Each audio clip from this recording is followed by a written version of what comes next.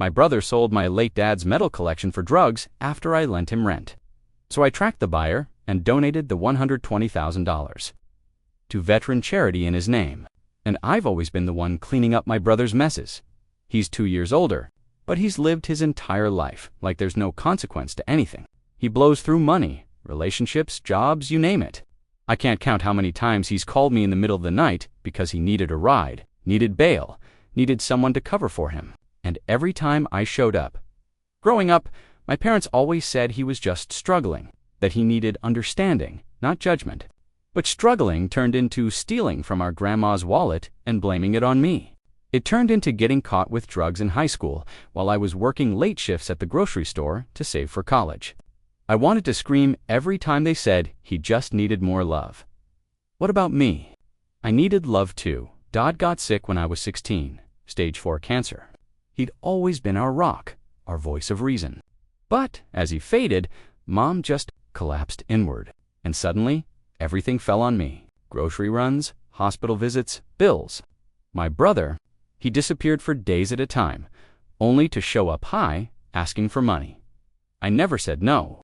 Not because I was weak, but because I kept hoping. Hoping if I gave enough, sacrificed enough, he'd finally wake up. That maybe my parents would finally see I was the one holding things together. But they didn't. Even when Dad died. And my brother didn't show up to the funeral because he lost track of time. Mom made excuses for him. I stood there giving the eulogy, and I could feel her eyes more on him than me worried. Not proud. Being the good son never earned me their respect. It only made me easier to ignore. And I had no idea the worst betrayal was still coming. Our dad wasn't just a veteran, he was a war hero. Bronze Star, Purple Heart, 2 tours overseas. He didn't talk much about what he went through, but sometimes, late at night, when he thought we were asleep, I'd hear him cry in the kitchen. Quiet sobs over old coffee. Sometimes he'd whisper names. He kept his medals in a handmade wooden display case, varnished with this deep chestnut stain. Each medal was cradled in its own spot, along with a small note behind it written in his handwriting, explaining what it was for. Not in a bragging way more, like a confession, a way to remember his friends, his pain, his survival. Before he passed, he asked to talk to me alone. I remember the hospital light flickering, the machines beeping soft and slow. He said, "You're the one I trust with them. Keep them safe. They're not just medals. They're pieces of my life." I nodded, trying not to cry. He made me promise, and I did. After he died, I kept the case locked in a fireproof safe in the study. Every Veterans Day, I'd take it out, wipe the glass clean, and just sit with it. Think about the man he was, the sacrifices he made. It grounded me. It reminded me who I wanted to be, my brother. He barely looked at that case. Didn't even show up when we held a memorial ceremony at the local VFW, said he had other things going on. He always did. That case meant nothing to him. At least, that's what I believed. Until a few years later, when his rent was overdue, his eyes were sunken. And he started looking at that case like it wasn't our father's soul in there. But a quick fix, and I missed the warning signs. A few months ago, my brother called me out of nowhere. His name flashed on my phone, and my stomach dropped the way it always does when he reaches out. I answered anyway. The second I heard his voice, shaky, rushed, panicked, I knew what was coming. "Bro, I'm being evicted. I need help, please. I'm finally turning my life around, I swear." I'd heard that sentence so many times it should have been printed on a t-shirt. But something about the desperation in his tone made my chest tighten. I paced around my living room, fingers in my hair, whispering, "Damn it, man." He kept talking over me. "Just $2,000. Just to get caught up. I'm sober now. I'm doing better. Please, don't let them kick me out." I shouldn't have believed him. I knew his tells, the quiver in his voice, the guilt-bait pauses, the way he suddenly called me bro when he wanted something. But then I pictured him on the street, shivering, alone, maybe using again. And despite every warning bell in my head, I said, "Fine, I'll send it." He exhaled with this dramatic relief, like he'd just been saved from drowning. "Thank you, seriously, you won't regret this."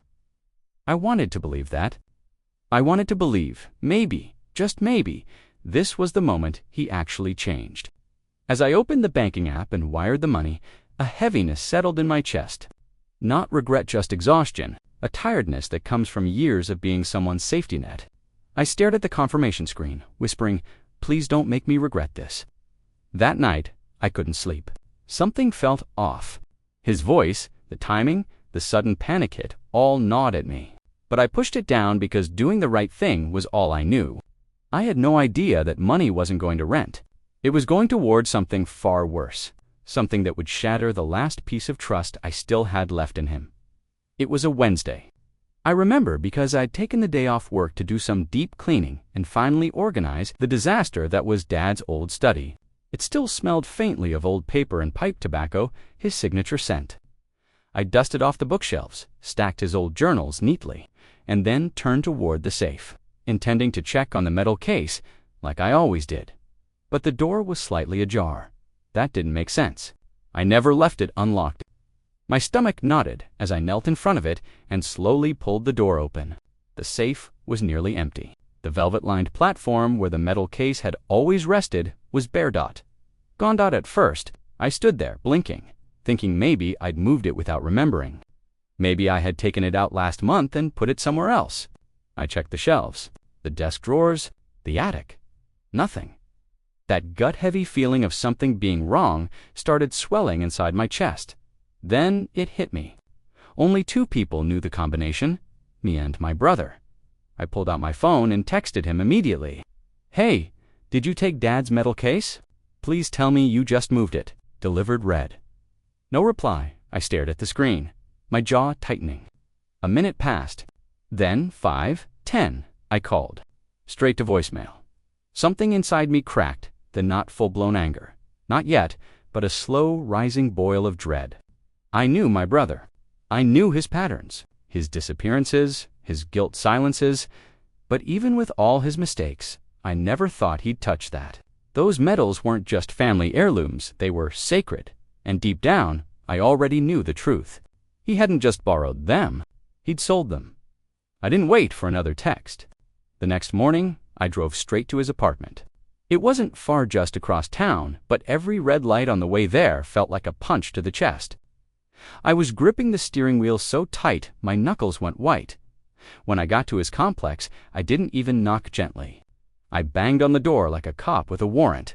After a minute, he opened it, half-lidded eyes, hollow cheeks, hair matted like he hadn't showered in days. He looked strung out more than usual. "Hey," he muttered, like I was just dropping by for coffee. I didn't waste time. "Where is Dad's metal case?" He blinked slowly, leaned against the doorframe. "What are you talking about?" "You know exactly what I'm talking about," I snapped. "Don't play stupid." He scratched at his neck, shrugged. "Maybe you lost it." That was it. That sentence made something inside me snap.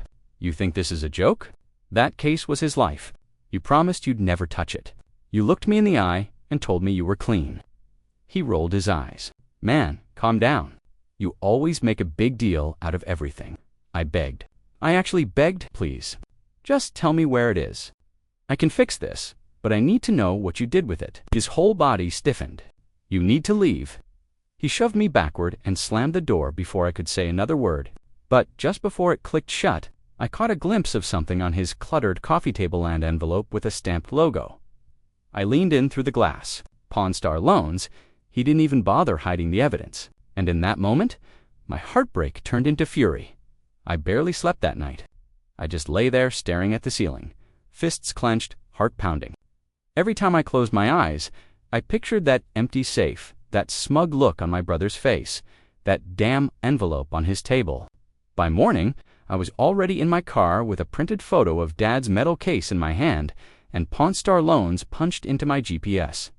The place was exactly what you'd expect: grimy windows, buzzing neon sign, the scent of metal and cigarette smoke hanging in the air. I walked straight to the counter and asked to speak to the manager. A middle-aged guy with tired eyes came out. I slid the photo across the glass. "Have you seen this?" I asked, voice shaking. He took one glance, and his face dropped. "Yeah," he said slowly. "Guy came in with that last week." My stomach turned. "Is it still here?" He shook his head. "Nah, got scooped up quick." High-end military artifact collector came through, paid top dollar. I swallowed hard. "How much?" He checked the system, then looked back up at me. almost cautiously. 120 grand. Guy didn't even haggle. Said the display case and condition were rare. I felt the air leave my lungs. $120,000 for something my brother pawned without a second thought. Something that held decades of sacrifice, blood, trauma, and trust. Can I get the buyer's info? He hesitated. We don't usually give that out. I just stood there, staring at him, silent and wrecked. Finally, he sighed, pulled out a yellow notepad, and scribbled a name and number. Don't tell anyone I did this. I nodded, clutching the paper like a lifeline. My brother hadn't just betrayed me, he sold our father's soul for a fix. I showed up at his apartment the next evening, shaking with fury, the pawnshop receipt crumpled in my fist like a loaded weapon. I didn't knock this time. I pounded the door until he yanked it open, his eyes bloodshot, pupils pinpricks. What now? He mumbled, voice thick and sluggish. I shoved the receipt in his face. You sold Dad's medals for $120,000. Do you even understand what you've done? He looked at the paper, didn't flinch, just scratched his neck and leaned against the doorframe like I was bothering him with a parking ticket. I needed the money, he said flatly, and come on, they're just metal, just metal. Those two words hit me harder than any punch ever could. You selfish, cowardly piece of I stopped myself, voice cracking. He trusted us. You knew what those medals meant. He died asking me to protect them.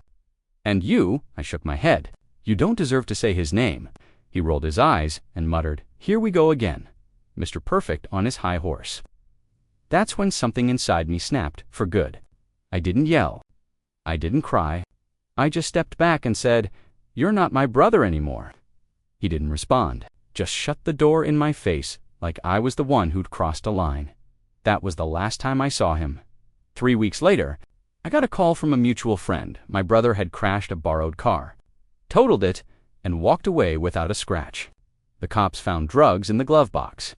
He checked himself into rehab the next day, probably to avoid jail time, but still no shame. And even from that pit, he never once called to apologize. Not for the medals. Not for the lies. Not for burning our father's memory to the ground for days. I stared at the name and number the pawnshop manager had scribbled on that piece of yellow paper. I kept telling myself it wouldn't matter, that the medals were gone forever, that no collector in their right mind would give back something they'd just paid 6 figures for. But I couldn't shake the weight in my chest. I felt like I'd failed my dad twice, once by letting the medals go missing, and again by not trying harder to get them back. So I did something I never thought I'd do. I sat down at my desk, opened my laptop, and wrote an email to a complete stranger. I introduced myself, told him I was the son of Staff Sergeant Daniel R. Hayes. I explained that the metal case he purchased had been stolen and sold without my consent, by someone I once trusted. I told him what the medals meant, how they weren't just shiny objects, but pieces of a man who lived and died with honor. I didn't ask for them back. I just wanted him to know the truth. I hit send and waited, expecting nothing. Maybe a legal notice. Maybe silence. But within an hour, I got a reply. Subject, let's talk. The message was short but calm. I'm a Navy vet. I bought the medals because they were well preserved and sacred. I didn't know the story behind them. Can we talk? My heart pounded. We exchanged a few emails, then spoke on the phone. His name was Calvin. He sounded older, steady. Said he had a personal rule: ever keep items with unresolved histories. When I told him how my brother had stolen and sold them for drug money, he went quiet for a moment. Then he said, give me your address. I'm sending you something. I didn't ask what, but deep down, I already knew. 2 days later, I was sitting by the window, nursing a cold cup of coffee and trying to distract myself with emails when I saw the delivery van pull up outside. A man in a gray uniform stepped out, carrying a large, flat wooden box wrapped tightly in layers of protective foam and tape. I opened the door before he could knock. Delivery for Daniel Hayes Jr., he said, handing it to me carefully like it was made of glass. My hands were already shaking. I thanked him, closed the door, and set the package gently on the dining table. The second I saw the weight of the box, the grain of the polished wood peeking through, I knew what it was. I peeled back the layers slowly, like unwrapping something sacred. And there it was, Dad's metal case. Restored, polished, every hinge shining like new. but nothing inside had been replaced or altered. Each medal sat perfectly in its place, lined up with reverence. The glass was clean, the velvet inside deep and rich, like the day he'd made it. Tucked inside the lid was a folded note in clean handwriting. "Your dad earned these. Honor him well. Calvin." That's when it hit me. The weight of everything I'd been holding in. The guilt, the anger, the years of trying to be strong for everyone. I collapsed into the nearest chair, clutching the box to my chest. And I cried. Not just tears, but full-body subsugly heaving. Soul-cracking cries I hadn't let out in years. Because for once, someone did the right thing because someone I never knew treated my dad's memory better than his own son did, and because, in that moment, I felt like my father was home again. I kept the metal case on the kitchen table for days. I couldn't bring myself to put it back in the safe. I'd pass by it every morning, run my fingers across the smooth wood, stare at each metal like it was trying to speak. I felt two things at once.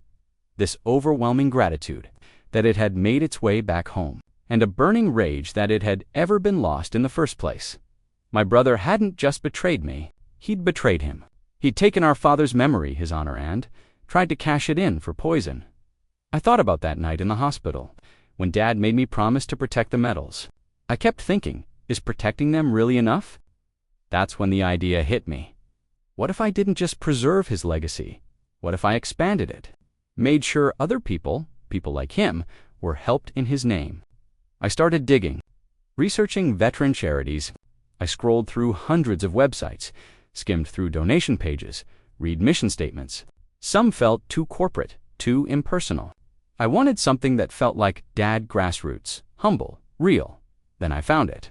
A small nonprofit that worked with homeless veterans, helping them find shelter, jobs, therapy.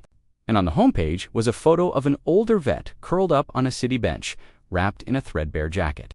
The headline read, "He survived war." He shouldn't have to survive the streets. I just stared at that screen. Dad used to tell stories of buddies who came home with scars no one could see. Some ended up jobless. A few never made it past their demons. I knew then this was the one. And maybe, just maybe, this betrayal could turn into something sacred. The more I read about the charity, the more I felt like it was exactly the kind of place my dad would have respected. No corporate fluff, no fancy campaigns, just real people doing real work, finding shelter for veterans sleeping in their cars, providing counseling for men and women who woke up screaming from memories they couldn't erase. They ran out of a modest office near the edge of the city. Their website showed peeling paint, secondhand furniture, and staff who looked exhausted but determined, and they were barely scraping by. Most of their work was funded through small donations and volunteer hours. I reached out to them through email, introduced myself, and explained my dad's background. I told them I had something I wanted to do in his name. They responded within a few hours, overwhelmed and honored. But I wasn't done yet. I emailed Calvin again, a collector who'd sent me back the medals. I told him everything, about the charity, about my decision to donate, about how I wanted to turn this theft into something beautiful. Then I asked him if he'd be willing to sell the medals back to me for the full $120,000 he'd originally paid. He called me the next day. His voice was calm, but there was something emotional in it this time. "I won't sell them to you," he said. I paused, confused, because I want to donate the full amount with you, 50-50, in your father's name. I was floored, speechless. We spent the next week drafting the paperwork together, formal letters, tax forms, donor acknowledgments. Every page signed felt like a wound slowly stitching shut. My brother had thrown away something sacred, but a stranger helped me turn it into a legacy. We finalized the donation on a rainy Tuesday afternoon. The charity invited me to visit their office. Nothing fancy, just a small converted building with peeling white paint and a hand-painted sign out front. Inside, the air smelled like coffee and old carpet, but the energy was warm. Real. We sat around a chipped conference table while I handed over the official checks, $60,000 from me, $60,000 from Calvin. They took a photo of us holding it, standing beside a framed portrait of my dad I'd brought with me. He was 25 in that picture. Uniform crisp. Eyes sharp. The donation was processed under his full military title. Staff Sergeant Daniel R. Hayes, U.S. Army, retired. 2 days later, the charity posted a tribute on their website and social media pages. It was simple, but it hit me like a punch to the gut. A photo of the metal case, polished and open. Dad's photo beside it, and a caption that read, "In honor of a soldier whose son never forgot." Within hours, it had over 10,000 shares. Veterans from across the country commented, thanking him. People posted stories about their own fathers, their own struggles, their own grief. One guy wrote, "I never knew your dad, but I wish I had. I sat on my couch, phone buzzing with notifications, and finally felt a sense of peace settle over me. I had kept my promise, not just to protect the medals, but to protect what they stood for." That night, for the first time in months, I slept without waking up to regret. No rage, no guilt. Just quiet, and I could almost hear my dad's voice, again steady, proud, and at peace.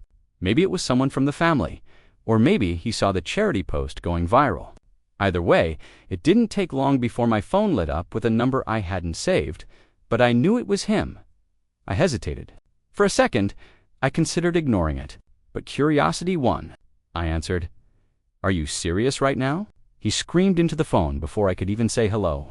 "Those medals were worth over $100,000. You could have just given that to me." His voice was hoarse, frantic, dripping with betrayal, like I had done something to him.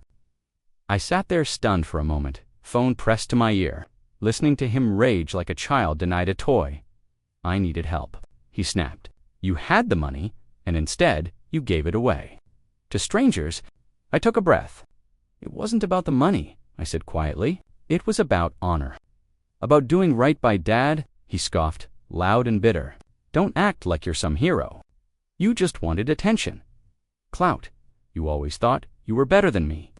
I didn't respond to that. There was nothing left to say. He hung up before I could speak again.